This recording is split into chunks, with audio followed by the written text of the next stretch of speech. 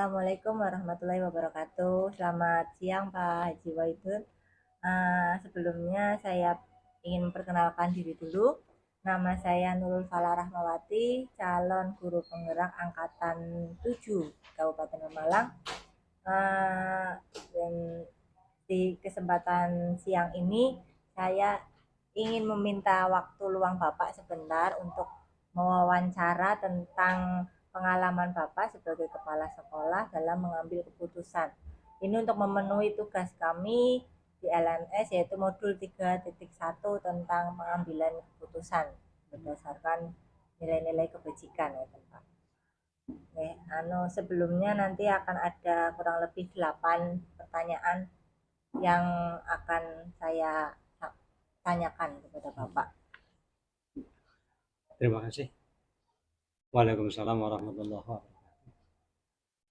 Sebelum ini dimulai pertanyaan, alangkah baiknya untuk mengakrabkan kita berdiskusi. Saya kenalkan dulu.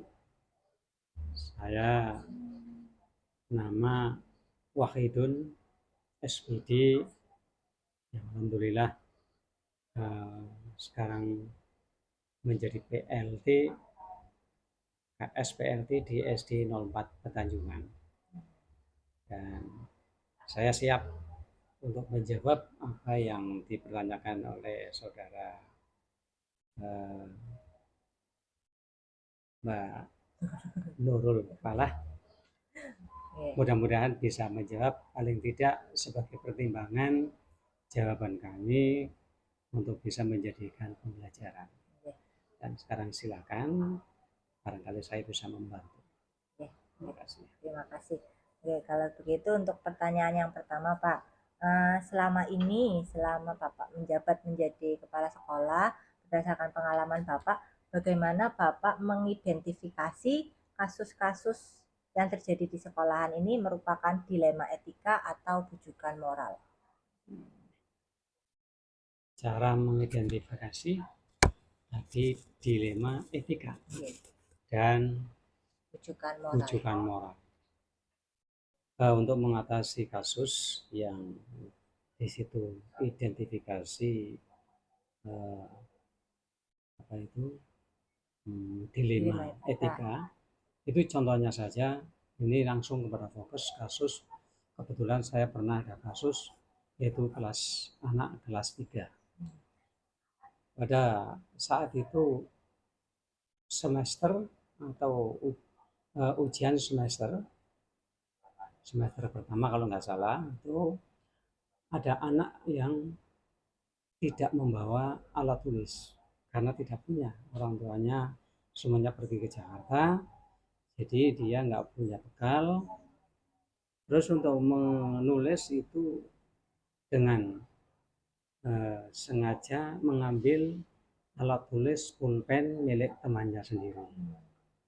Setelah milik teman sendiri, sehingga dia bisa mengikuti menjawab soal-soal ujian semester. Setelah selesai, anak lapor katanya dia mencuri. Nah, inilah menjadi kasus. Setelah dihadapkan kepada kami selaku kepala sekolah, saya tidak begitu langsung memberikan sanksi, tapi saya tanya dulu, karena ini harus tanya dulu kasusnya. Bagi yang merasa diambil itu merasa benar, menuntut untuk dikembalikan. Dan bagi yang mengambil karena dia kepepet tidak punya alat padahal harus menyelesaikan ujian, akhirnya dia mau tidak mau harus ambil pulpen karena dia tidak punya, ambil pulpen temannya sendiri.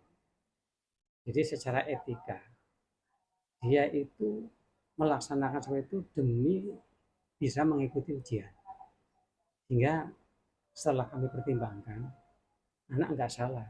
Kalau tidak seperti itu berarti jam yang ditentukan dia tidak bisa mengerjakan soal. Sehingga itu dua-duanya benar. Yang satu benar merasa kehilangan lapor, dan yang satu itu karena kepepet. Sehingga kami tidak bisa memberikan hukuman sesuai dengan aturan yang ada, kalau begini harus begini. Enggak, saya tetap pakai etika, pakai rasa bijaksana, sehingga intinya saya harus berbuat bijaksana agar dua-duanya tidak ada yang saling diuntungkan atau dirugikan. Itu yang pertama. Ya, kesimpulannya identifikasi dilema etika itu, untuk keputusan itu saya utamakan dengan prioritas kebijakan kami selaku kepala sekolah, karena anak itu melalui seperti itu karena dituntut harus menyelesaikan saat itu juga. Dan yang tadi yang kedua yaitu bujukan moral. Bujukan itu kan rayuan, moral itu berarti kan menurut akal sehat. Nah, di sini biasanya banyak terjadi kepada sesama karyawan atau guru. Ini saya pernah mengatasi seperti itu, bahkan ini sering. Satu contoh, kita di SD mau ada lomba ya lomba Popda atau lomba apa, yang intinya guru pembinanya itu di situ dilarang untuk mengeluarkan honor, ya gitu kan. Nah, akhirnya dari guru pembinanya membisikkan kepada bendahara yang punya uang, tolong biar bisa memberangkatkan anak ini dan harus sewa mobil karena jauh, tolong dialokasikan, karena nggak ada ya pakai yang ada, misalkan kok untuk perawatan apa, padahal uangnya untuk transport mengikuti seperti ini. Bendahara bingung mengikuti Popda, bendahara bingung, secara aturan nggak boleh dituliskan untuk seperti itu, harus ada sesuai dengan Dapokdik, sesuai dengan Arkas. Tapi karena itu masuk akal juga, tanpa seperti itu dia bisa berangkat. Berarti intinya itu dia membujuk, padahal itu salah. Itu salah. Berarti itu kita selaku kepala sekolah, setelah ada laporan seperti itu, di sini berarti ada benar, ada salah. Yang benar, bendaharanya telah memperingatkan, ini tidak boleh mengeluarkan seperti itu. Tapi yang salah, dapat berjalan tapi itu menyalahi aturan karena itu menyimpang dari aturan yang ada. Sehingga mau tidak mau kepala sekolah itu harus ambil jalan tengah, bagaimana caranya, tergantung ya kami kesepakatan dengan teman-teman. Kira-kira seperti itu, barangkali bisa dibahas. Betul. Jadi kalau untuk dilema etika lebih ke kebijakan kepala sekolah sesuai dengan situasinya, kasusnya. Kalau bujukan moral disepakati bagaimana baiknya dengan rekan-rekan. Iya, dengan rekan-rekan. Karena ini semuanya tujuannya demi kesuksesan. Cuma jalannya saja kurang pas. Kemudian, kemudian pertanyaan berikutnya, selama Bapak menjadi kepala sekolah ini, bagaimana Bapak menjalankan pengambilan keputusan di sekolah, terutama untuk kasus-kasus di mana dua kepentingan itu sama-sama benar atau sama-sama mengandung nilai kebajikan. Itu bagaimana mengambil keputusannya ketika dua-duanya itu kok benar gitu. Iya. Kalau dua-duanya benar, ini kita sebagai kepala sekolah itu selalu ada musyawarah, bukan sendiri. Sehingga karena dua-duanya benar, berarti ada prioritas. Ada prioritas, yang penting di situ tidak ada yang dirugikan. Cuma ada prioritas. Nanti semuanya itu juga akan diberi kesempatan semua. Cuma prioritas yang paling mendesak itu diprioritaskan, dan intinya kami juga berdiskusi dengan teman rekan-rekan guru yang ada, sehingga manakala itu dia mendapatkan keputusan, itu dasarnya kita musyawarah karena semuanya benar. Sehingga saya menekankan tetap kita nanti diberi kesempatan mungkin aku kepada anak atau pada guru, karena ini sama-sama ada kepentingan yang sama. Suatu contoh, yang satu ada kepentingan mengikuti ujian, yang satu mengikuti ujian sehingga dia nggak bisa meninggalkan di kelas atau meninggalkan. Yang satu lagi dia ada piket harian yang di situ harus menyapu. Padahal ini nanti mengganggu. Nah, dua-duanya itu kan benar semua, sehingga diprioritaskan. Itu contoh saja.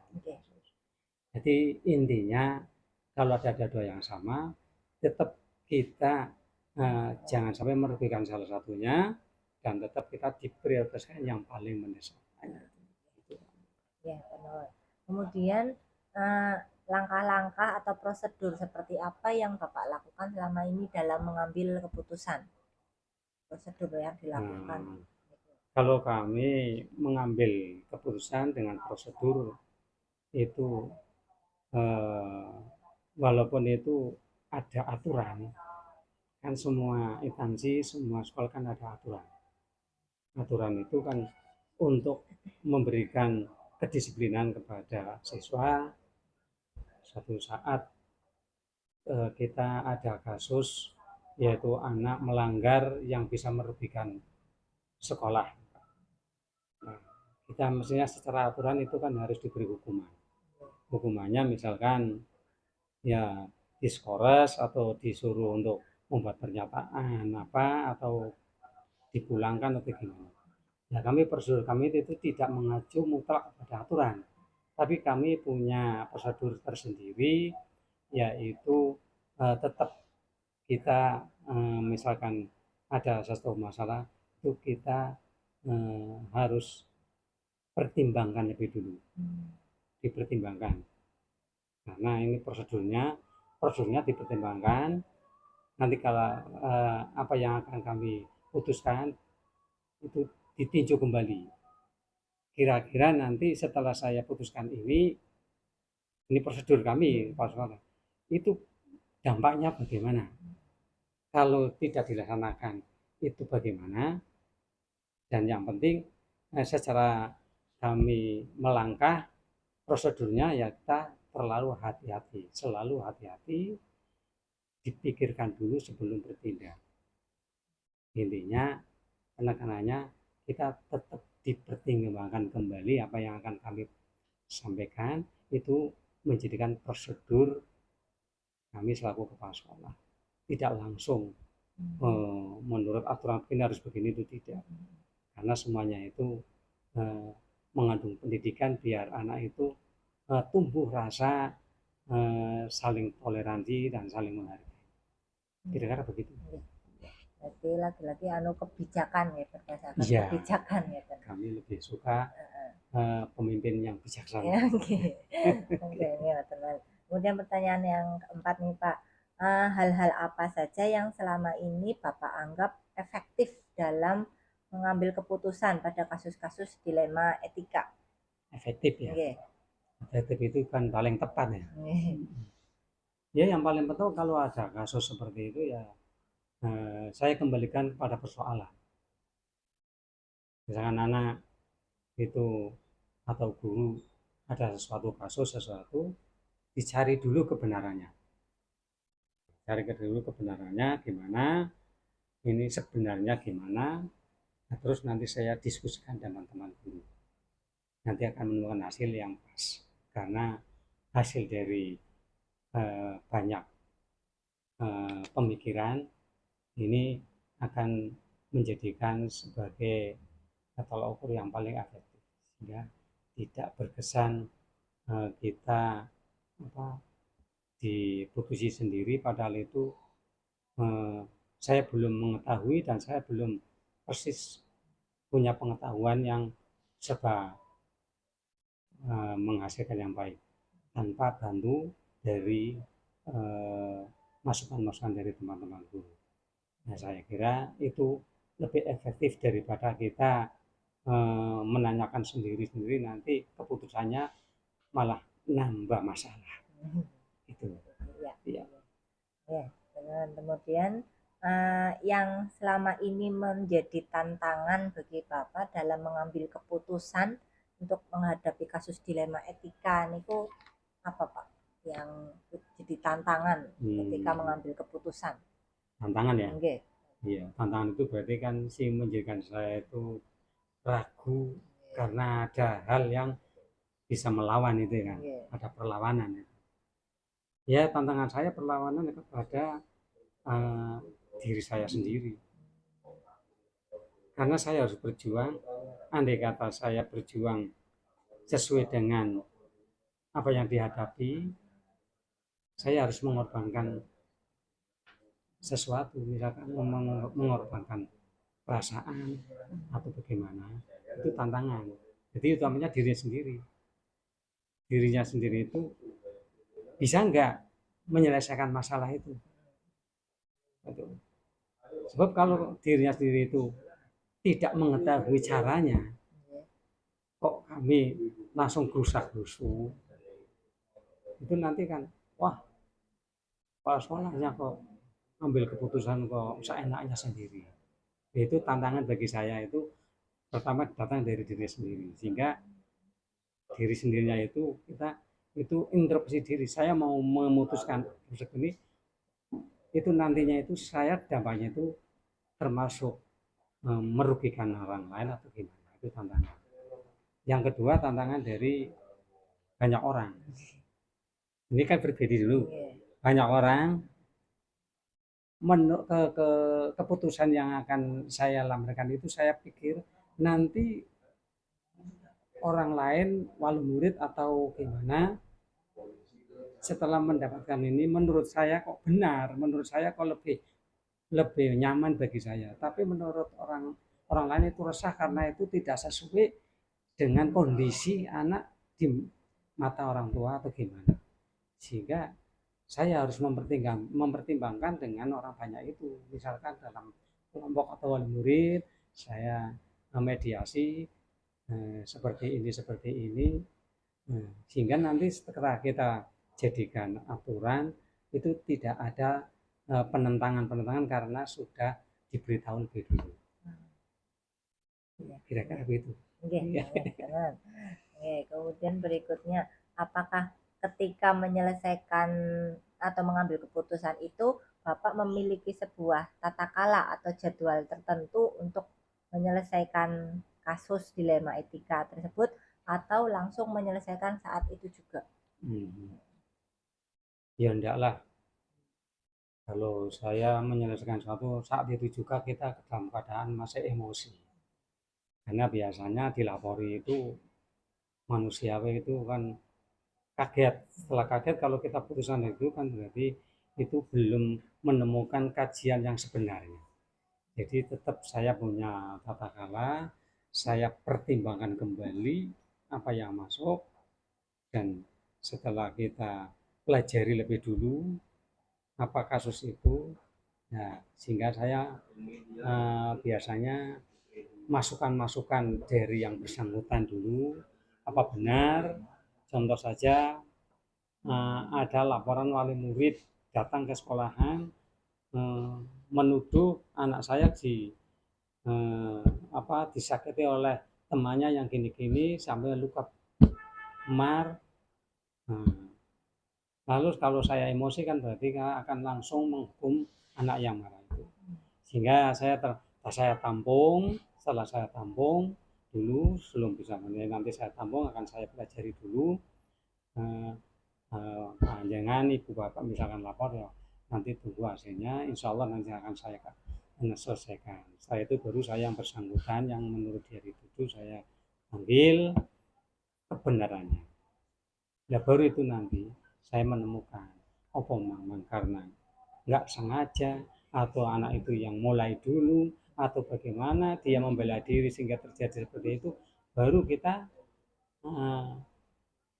baru mengambil keputusan. Sehingga intinya saya tidak tergesa-gesa terburu-buru mengambil keputusan yang disitu malah menambah beban baru bagi anak yang tidak merasa sesuai dengan keputusan saya. Jadi Ya kita sebagai orang tua jangan gampang menyelesaikan masalah.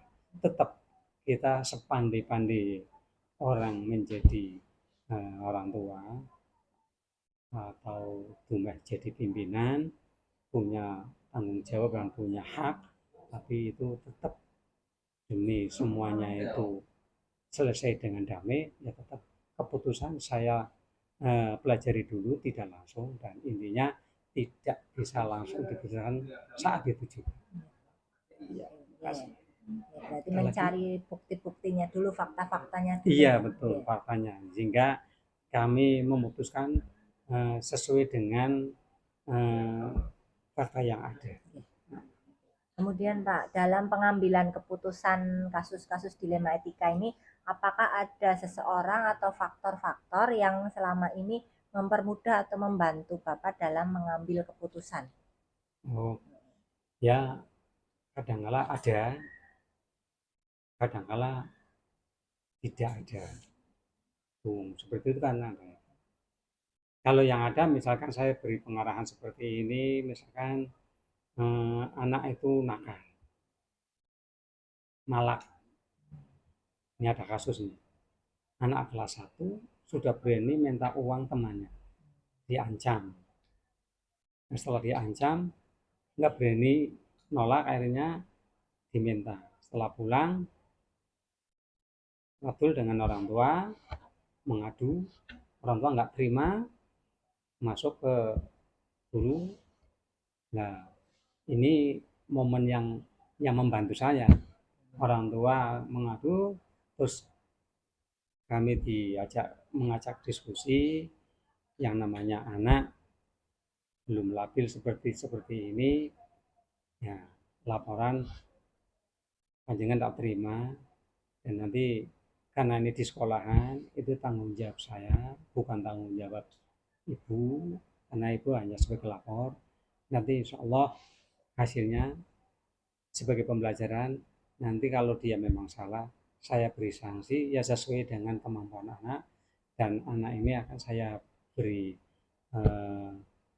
pengertian biar tidak takut lagi untuk tidak masuk sekolah. Jadi ibu tinggal nanti tunggu saja, insya Allah akan saya bantu. Terus ibu kebetulan dia menerima saran saya, dan ya Pak tolong, jadi anak saya biar jangan takut, biar masuk kembali, ya nanti saya kawal. Nah itu bagi saya anak orang tua itu membantu. Tapi ada yang kurang membantu, contohnya ada kasus anak di situ,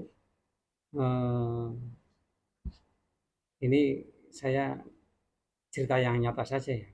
Ada kasus anak itu gak masuk sekolah kelas 6, padahal itu sudah didaftarkan ujian perempuan. Nah, setelah saya panggil nggak mau.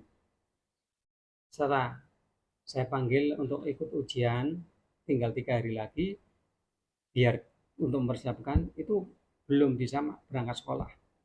Padahal dari pemerintah atau dari pendidikan tidak dilarang untuk tidak mengikuti, harus mengikuti ujian. Sehingga kami berusaha. Nah, setelah saya jemput bola, didatangi ke rumah, menemui orang tuanya, disitulah kurang membantu kami. Bahkan orang tua jawabannya, lah memang nggak mau masuk kan bagaimana? Ya, saya nggak bisa memaksa. Jadi itu kan tidak berpihak pada kami. Tapi saya nggak menyerah.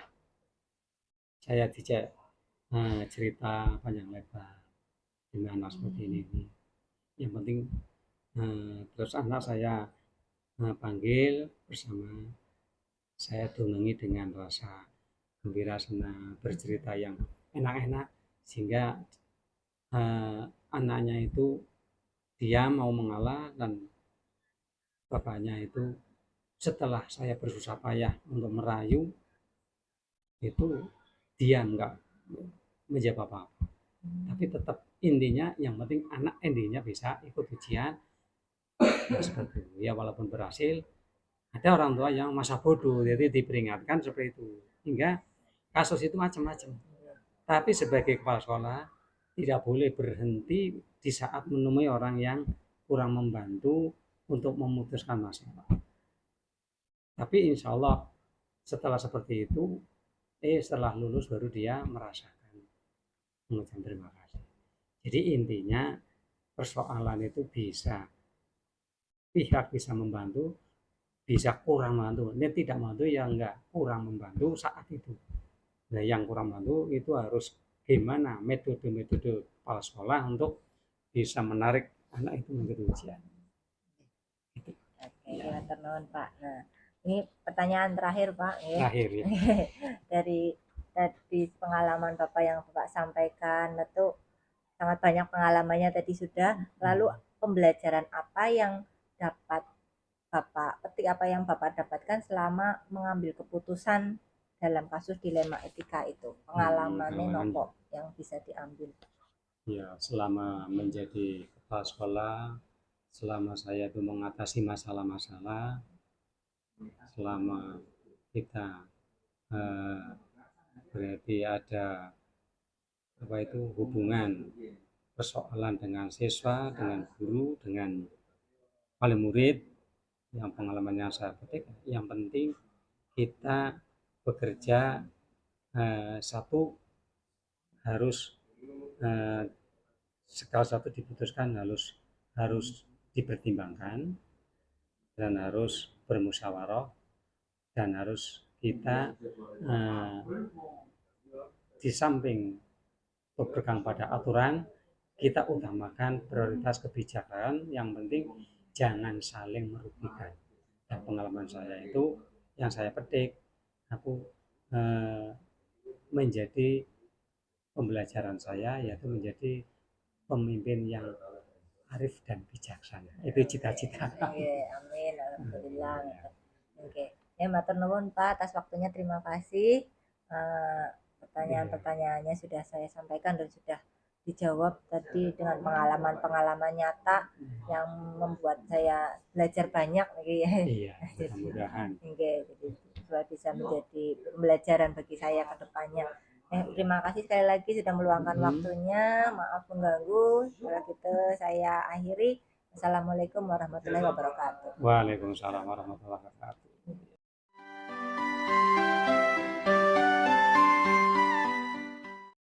Assalamualaikum Pak Sarpo. Waalaikumsalam. Ya, sebelumnya izinkan saya perkenalkan diri dulu. Nama saya Nurul Fala Rahmawati, calon guru penggerak angkatan 7 Kabupaten Pemalang. Saya mengajar di SD Negeri 04 Tanjungan. Pada kesempatan kali ini saya ingin meminta waktu sebentar untuk wawancara tentang pengalaman Bapak sebagai kepala sekolah ketika mengambil keputusan-keputusan. Iya, monggo silakan. Dan nanti kurang lebih ada 8 pertanyaan ya Pak. Ya. Untuk pertanyaan pertama, selama Bapak menjadi kepala sekolah, ya kan, bagaimana Bapak dapat mengidentifikasi kasus-kasus yang merupakan dilema etika atau bujukan moral? Iya, terima kasih. Sebelumnya saya perkenalkan diri ya. Saya Sarpo Dasmito, kepala sekolah SD Negeri 01 Petanjungan, Kecamatan Petarukan. Dalam hal ini sesuai dengan pertanyaan panjenengan, menurut sesuai dengan pengalaman saya dalam mengidentifikasi dilema etika tersebut, yaitu yang pertama mengenali nilai-nilai yang bertentangan, yang kedua menentukan siapa saja yang terlibat dalam kasus tersebut, kemudian yang ketiga mengumpulkan fakta-fakta yang sesuai atau yang relevan, yang keempat meminta pendapat rekan guru atau teman, kemudian yang kelima mempertimbangkan paradigma benar lawan benar atau yang kira-kira sama sesuai itu. Sekarang yang kedua, selama pengalaman Bapak sebagai kepala sekolah, bagaimana Bapak dalam mengambil keputusan di sekolah Bapak, terutama untuk kasus-kasus di mana ada dua kepentingan yang sama-sama benar atau sama-sama mengandung nilai kebajikan. Jadinya bagaimana Bapak dalam mengambil keputusan ketika menghadapi kasus semacam itu? Oh iya. Dalam hal ini saya akan berusaha melakukan beberapa hal. Yang pertama, membuat daftar fakta yang ada di lapangan. Kemudian yang kedua, mengidentifikasi kasus ya yang sesuai yang terjadi di sekolah saya. Kemudian yang ketiga, membuat daftar opsi atau solusi apa yang harus kita akan dilakukan terhadap kasus tersebut. Kemudian menentukan apa yang harus dilakukan dan apa yang membenarkan keputusan tersebut. Yang terakhir, mengambil keputusan dengan tidak merugikan beberapa pihak. Jadi mengumpulkan fakta, lalu Iya. mengidentifikasi, membuat opsi-opsi pilihan Iya. yang keputusan yang tidak merugikan pihak manapun. Iya. Kemudian untuk langkah-langkah atau prosedurnya Pak, itu seperti apa yang Bapak biasa lakukan selama ini dalam mengambil keputusan? Oh, iya. Biasanya kami sebelumnya juga minta masukan teman-teman ya, walaupun mereka seorang guru yang berpengalaman, yaitu langkah-langkahnya seperti ini: mengidentifikasi kasus-kasus tersebut, kemudian yang kedua mengumpulkan informasi yang relevan terhadap kasus yang terjadi, kemudian mencari solusi ya. Kemudian yang keempat, mempertimbangkan dengan bukti-bukti yang ada yang terjadi. Seterusnya, memilih sejumlah alternatif atau solusi tindakan yang terbaik. Yang terakhir, baru kita ambil tindakan bagaimana solusinya. Oke. Kemudian dalam melakukan itu, hal-hal apa saja yang selama ini Bapak anggap efektif dalam mengambil keputusan pada kasus-kasus dilema etika? Iya. Hal-hal yang kami ambil ya, yang efektif dan bisa dilaksanakan oleh kami ya, yaitu yang pertama, menyelidiki kasus tersebut. Kemudian selanjutnya mengumpulkan berbagai macam informasi terkait dengan kasus tersebut. Selanjutnya menciptakan beberapa alternatif keputusan yang baik. Yang keempat, meminimalisir risiko, kelayakan, dan implikasi dari setiap solusi. Yang kelima, memilih solusi terbaik dari proses identifikasi yang sebelumnya. Yang terakhir, mengevaluasi kembali sebelum mengimplementasikan. Ya. Berarti solusi yang diambil adalah yang paling minim resikonya ya Pak. Baik, oke. Kemudian selama mengambil keputusan pada kasus-kasus dilema etika ini, kira-kira menurut Bapak selama ini yang merupakan tantangan dalam mengambil keputusan itu apa saja Pak? Iya. Dalam hal ini misal ada beberapa hal yang sama-sama baiknya, memang terjadi berbagai macam tantangan ya. Misalnya saya mau ngambil seperti ini, ternyata yang satu merasa bagaimana. Akhirnya kami akan melihat secara objektif mana yang kira-kira patut atau lebih baik diprioritaskan. Melihat secara objektif. Yeah. Oke.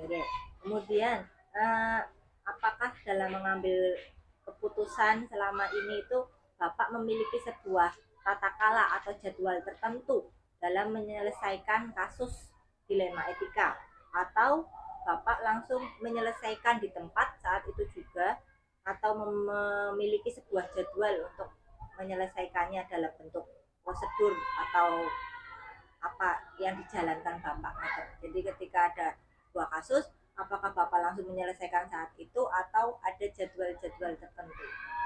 Oh ya, terima kasih. Kalau jadwal karena itu sifatnya kasuistis ya, dan belum tentu terjadi pada saat-saat tertentu, kami memang tidak punya jadwal tertentu.